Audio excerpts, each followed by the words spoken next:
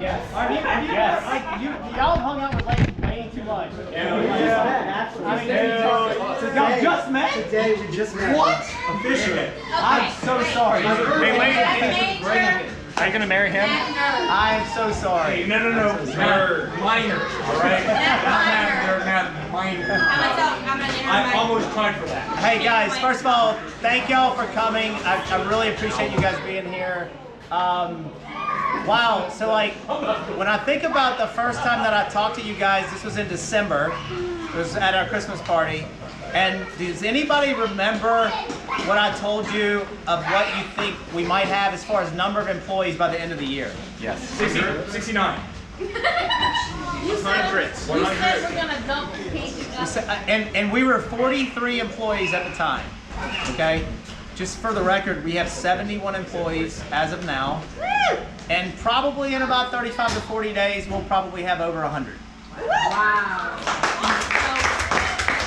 Now, look, guys, just number of employees doesn't necessarily mean, excellence or value to our customers, but we have to make sure that that happens because, guys, at the end of the day, I mean, think about what we did. In June, we opened a new location in Birmingham, Alabama, and in about 45 days, we have 2 contracts that are about to be signed and they'll be profitable. That never happens. That doesn't happen. And part of the reason why that happens here is because of the work that you guys have done. And so, look, guys, I tell people all the time, I have the best job in the world because I work at a 20-year-old company that behaves like a startup. I mean, think about that. We're growing like a startup. And when I think about that and plan, and we go through the strategic planning that we'll be doing ad nauseum for a whole day on the 29th, it humbles me because you guys have taken it in stride. You guys have said, hey, I heard what he said, it sounds crazy, but I'm gonna go with it, right? And I asked you to pin your ears back and focus on what we do and what we do well and allow us to bring the brand of IT service delivery that we created right here in Baton Rouge, Louisiana, and bring it to the rest of the Southeast.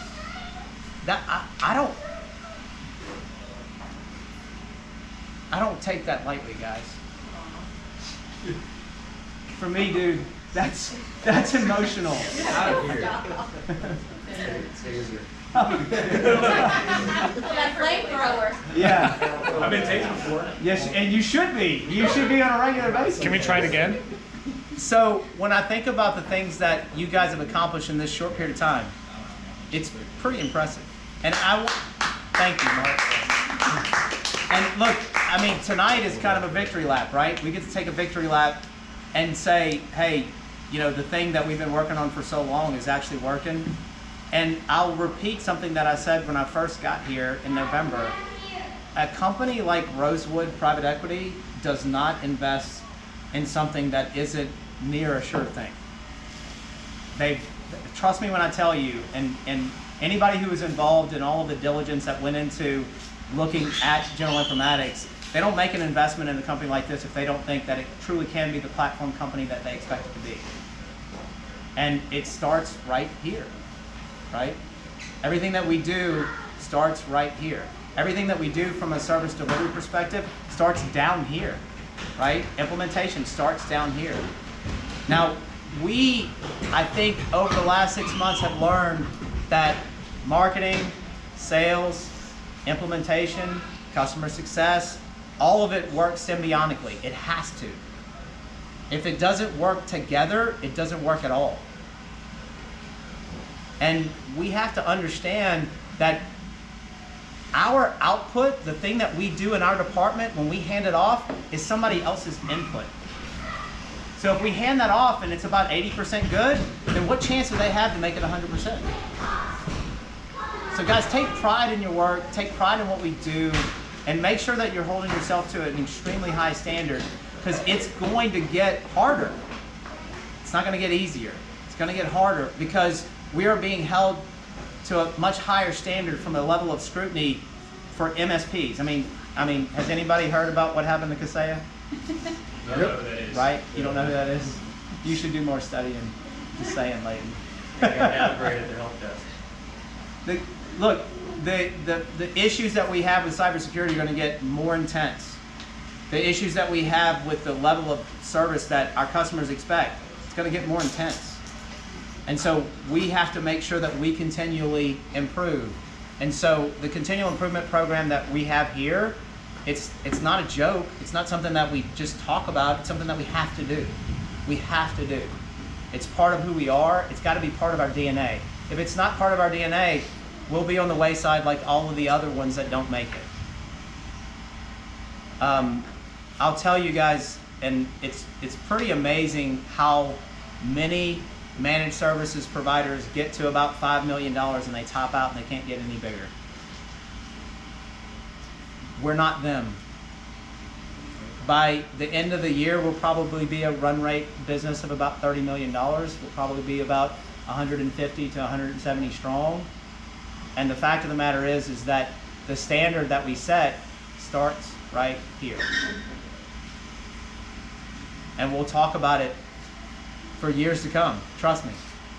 And I've told you a lot of things along the way, and is it fair to say that a lot of the things that I've talked about have come true? A lot of changes. And I said, hey, change, people are scared of change. I get that, I understand that. But at the end of the day, that change means improvement. That improvement means more value added to the customer.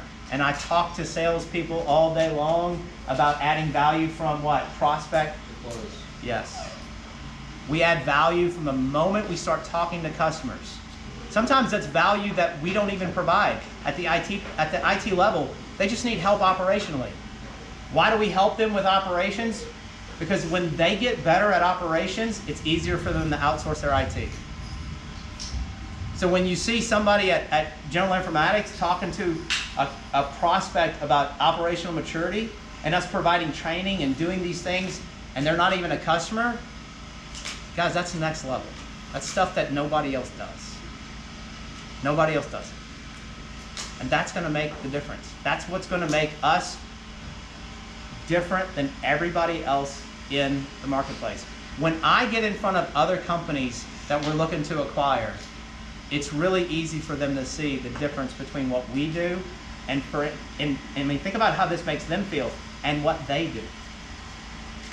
When we talk about our marketing program, our sales program, how we transition into implementations and how we revamp the entire implementation process recently,